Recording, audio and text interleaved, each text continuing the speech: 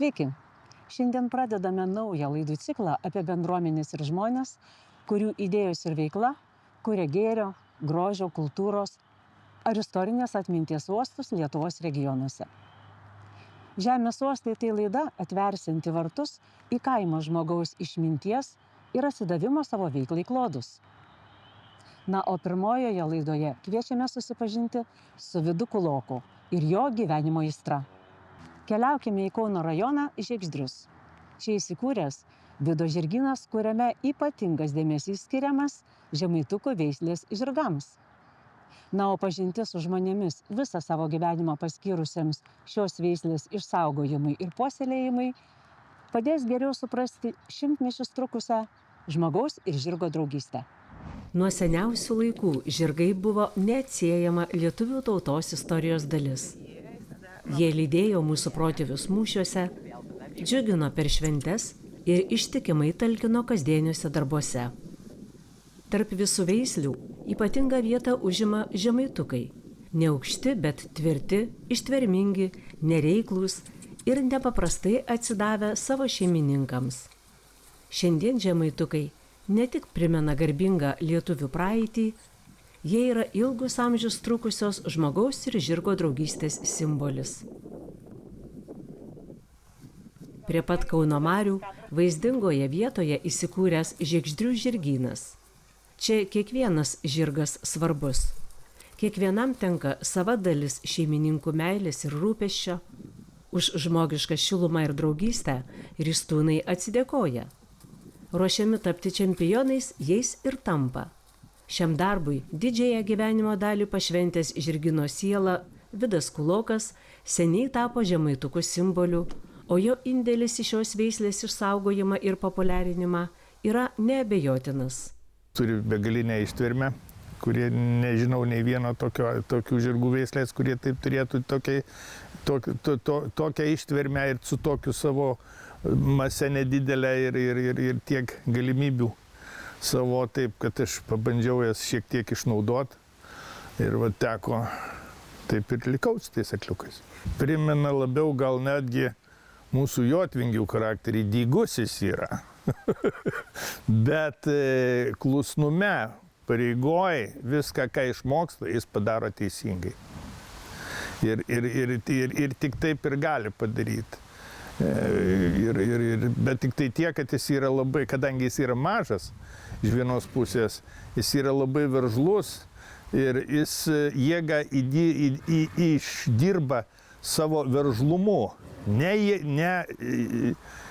kaip pasakyti, ne svoriu, ne kažkuo, ne rambumu, ne kažkokiu, bet savo veržlumu. Kiekvienam gyvūnui reikalinga priežiūra ir teisinga priežiūra. Ir juo galima ir naudotis, ir teisingai naudotis, bet nereikia iš jo tyčiotis, elgtis su juo neteisingai. Tai būtų neteisinga su juo taip elgtis. O kada tu teisingai su juo elgiesi, tada nei gyvūnas kenčia, ir žmogui malonu, ir gyvūnui malonu. Nes gyvūnas, kada tu ateini iš karto, jaučiasi, džiaugiasi, kada ateini. Ateini kinkyt, netgi kartais, vieną turiu ten iš viso, jeigu jam dedi šorą ant galvos, tai jis patenkintas, stovi patenkintas, viskas gerai. Šiaip muistosi. O jeigu dedi šorą, viskas gerai. Traukia atbulą prie brankto, irgi gerai. Patenkintas, nesipriešina nieko. Vadinasi, viskas tvarkoja. Žirgyne gyvena per 20 žirgų, iš jų 12 žemaitukų. Vidas džiaugiasi, kad Žiegždriuose išugdyti žirgai ne tik čempionai, bet ir kino žvaigždės, renginių ir pramogų puošmena. Stebina tai, kad čempionams ir artistams nesvetimi ūkio darbai. Visur dalyvavę mes ir filmuose važiavę, ir paraduose važiavę. Pavyzdžiui, ne su žemaituku, bet su Lietuvos sunkiuoju haliai pristatymą jaunimo atidarėm rugsėjo 1 scenoje su visais. Jaunimas mano ten buvo nusintęs, jie buvo atidarę, tai taip jau smagiai su visais muzikantais. Paskui visokiuose renginiuose būnam. Varžybų, net nežinau, kuriuose net nebuvę. Tai yra ir karietinis važiavimas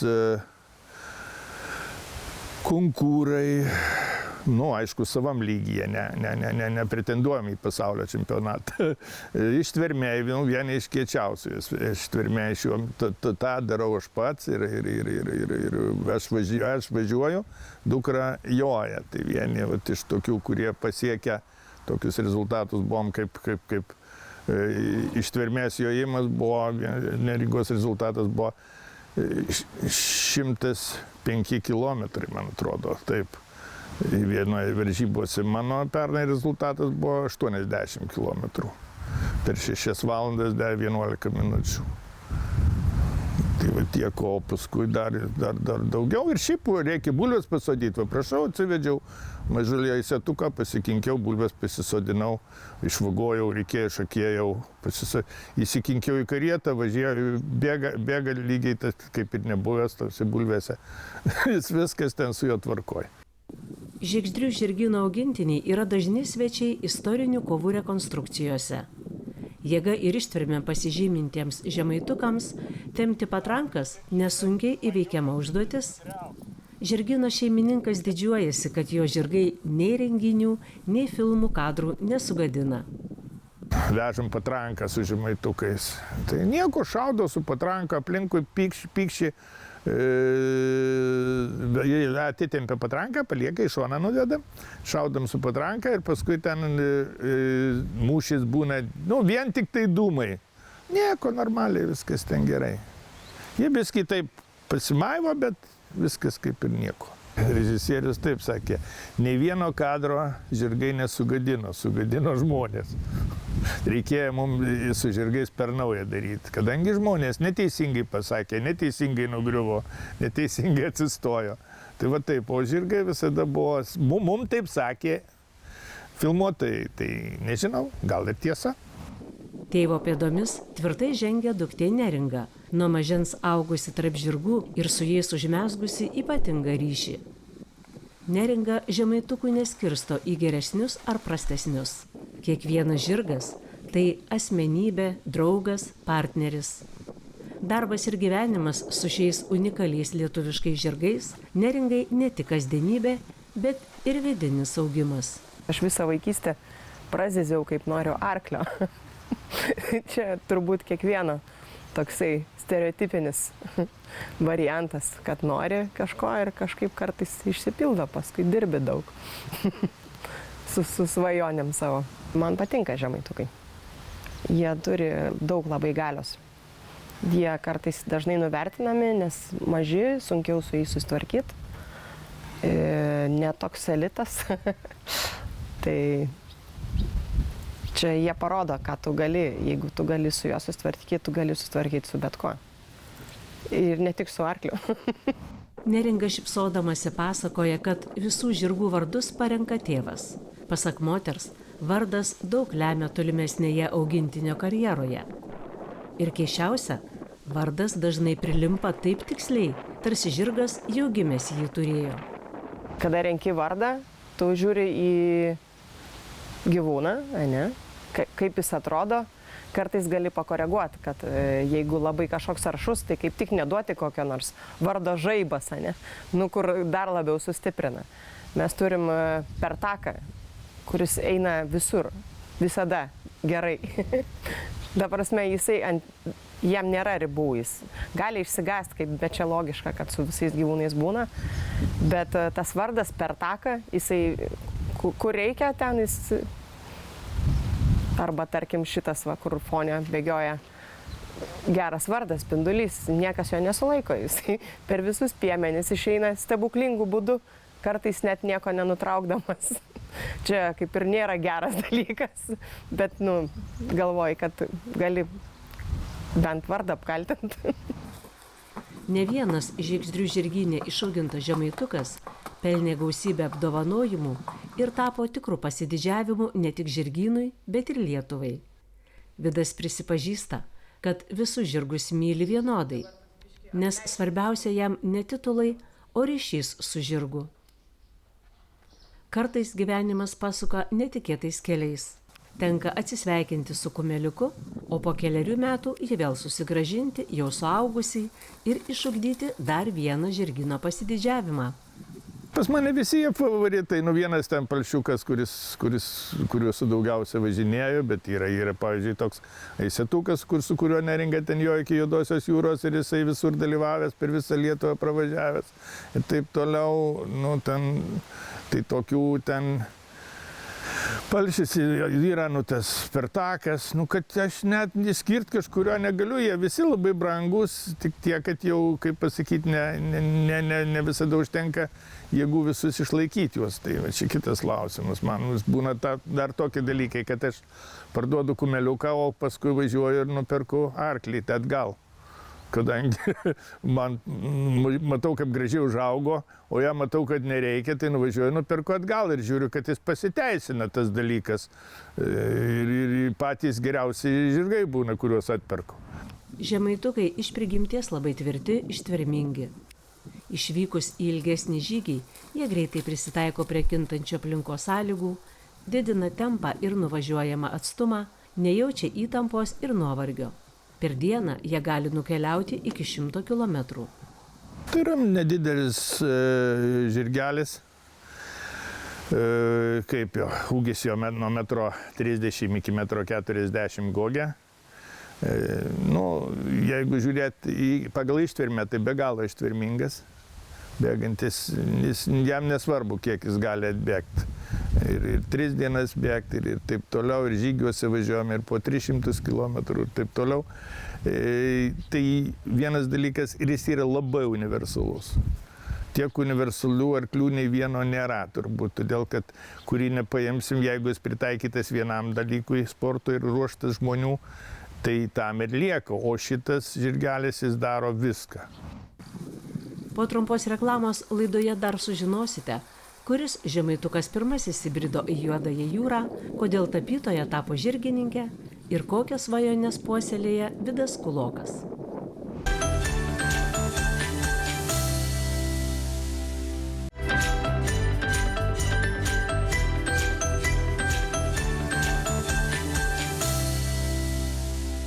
Iki šiol sklando legenda apie Lietuvos didįjį kunigaikštį Vytautą, kuris savo žirgus girdė Juodojoje jūroje.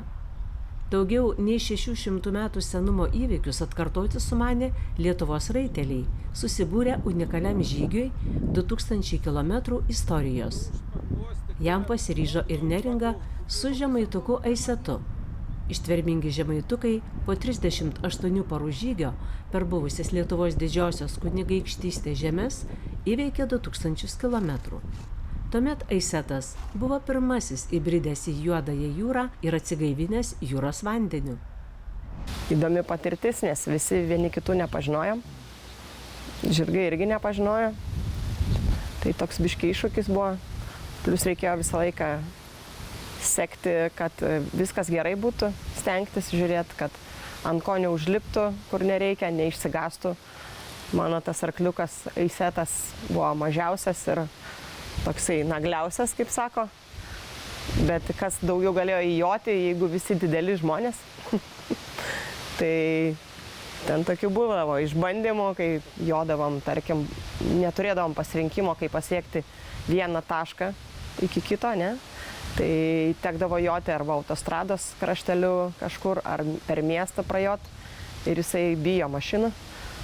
Tai ką aš išmokau, kad nereikia įsitempti, būt reikia pasiruošus, bet neįsitempti, kad tu bijai ir tas pasiruošimas turi būti toks labai labai ramus. Tai šito arkliai išmokina. Vido Kuloko gyvenimas tai nuolatinė kelionė, ištvermės išbandymai ir meilė gamtai. Į medinius ratus įkinkytais žemaitukais Vidas važiuoja į įvairius žygius. Bene ilgiausi žygiai buvo iš Punsko į Anykščius ir iš Luokės į Anykščius. O kur dar žygis partizanų takais, kasmetė žirgams skirta šventė Anykščiuose, bėk žirgelį ir kiti renginiai.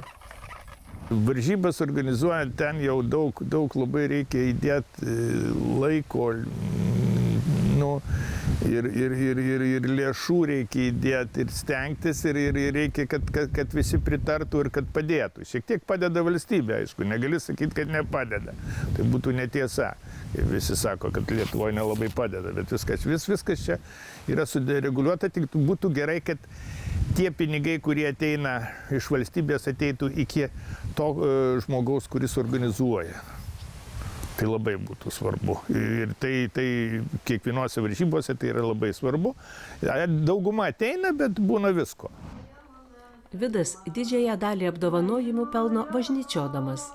Jojimo varžybose su žemaitukais prizus skina dukra Neringa bei jos treniruojami jaunieji raiteliai. Neringa pasakoja, kad labai svarbu ryšys su žirgu. Tik tuomet pavyksta pasiekti aukštų rezultatų ir išvengti incidentų bei traumų. Patirties yra pakankamai daug ir žiūri pagal situaciją, nes azartas dar ne viskas. Dar turi žiūrėti, kaip jaučiasi tas, ant kurio joji ir su kurio tu planuoji laimėti. Kartais laimėjimas yra tiesiog sėkmingai pabaigti. Nebūtinai pirmas, kad būtų, reikia žiūrėti žirgą. Išjauti su savo patyrimais, kartais bijai daryti daugiau, bet pasirodo gali. Ir jisai irgi gali. Tai šitą reikia pajusti ir pabandyti, bet rizikuoti ne daugiau negu reikia. Su manim charakteris yra kitoks pas juos, su kitais žmonėms dar kitoks to pačio arklio. Tas pats, bet elgiasi jie skirtingai. Hierarchiniai dalykai ir savigarbos ar pagarbos išauklėjimas, padėliojimas, kad neatsitiktų kažkas, nes dažniausiai joju eržiliukus, jie labai greitai pajunta, jeigu tu esi bent biški silpnas. Esu parversta su karieta, siuvo biški galvos čiučiut, bet čia tiesiog reikėjo svetimą arklį palaikyti. Ir jisai pasižiūrėjo ir atsistojo, taip ir mane su kanopom. Sukaustytas buvo. Ką žinai, kad saugumas toksai, kad ką tu gali padaryti, trauktis kuo greičiau. Ne visada gali pastraukti, gali užminti ir nebepasitrauksi.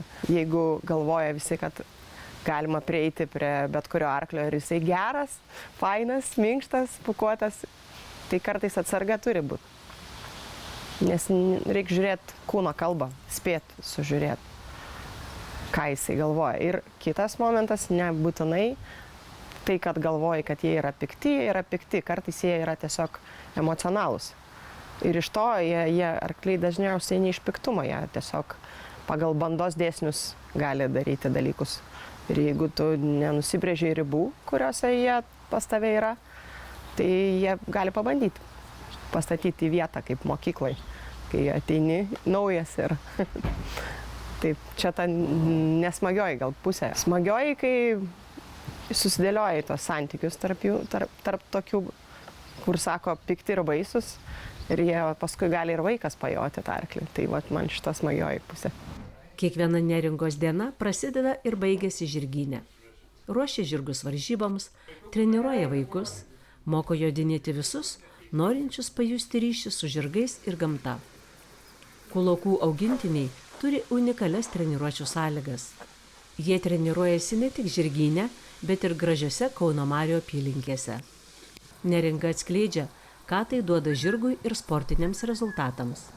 Darbas dažniausiai būna aikšteliai, kad būtų išmoktų, suprastų, ko tu iš jo nori ir veiktų visi dalykai daugmaž. Pas žirgą taip. Ir kai jo į mišką, jeigu ištvermiai, tai tiesiog, kad praplėsta akiratį, kad ir žirgas nusiramintų, kaip priprastų prie aplinkos, jam patinka socializuotis įvairiose vietose, tada jis būna drąsesnis daug kur. Tai va.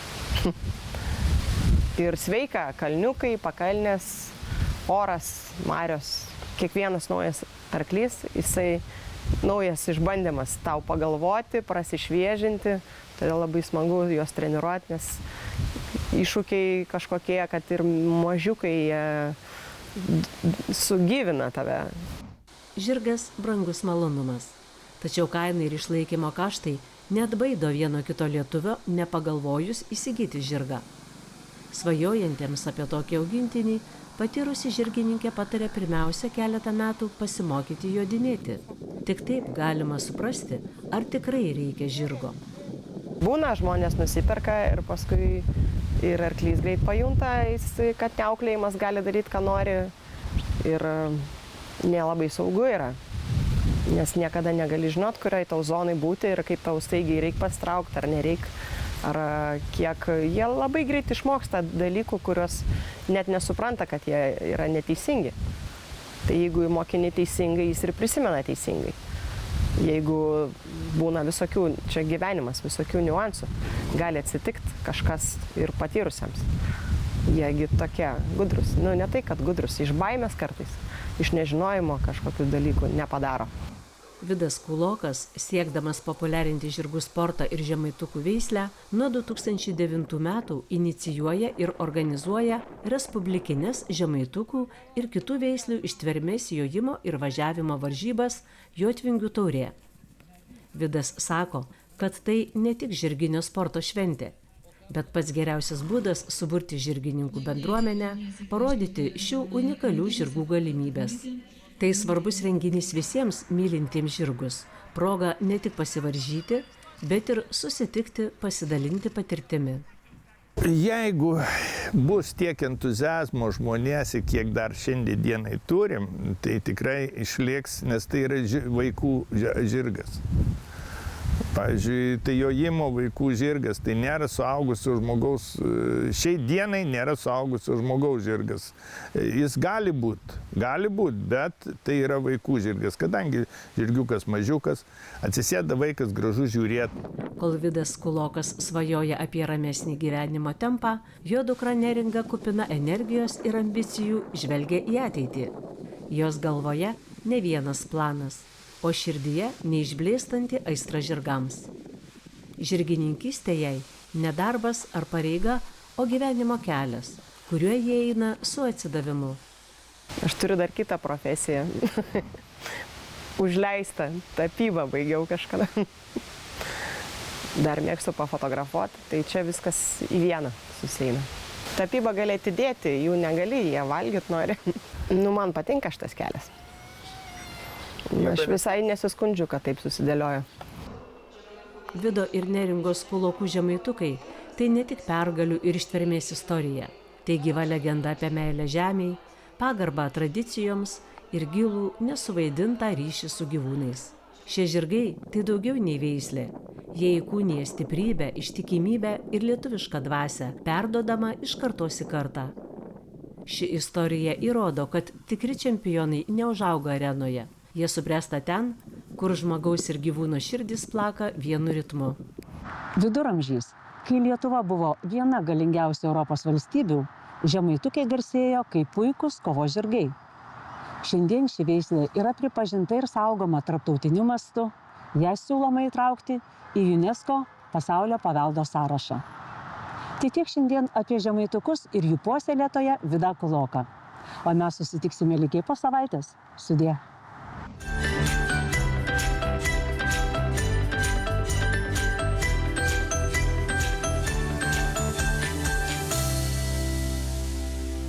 Projektą iš dalies finansuoja Medijų rėmimo fondas.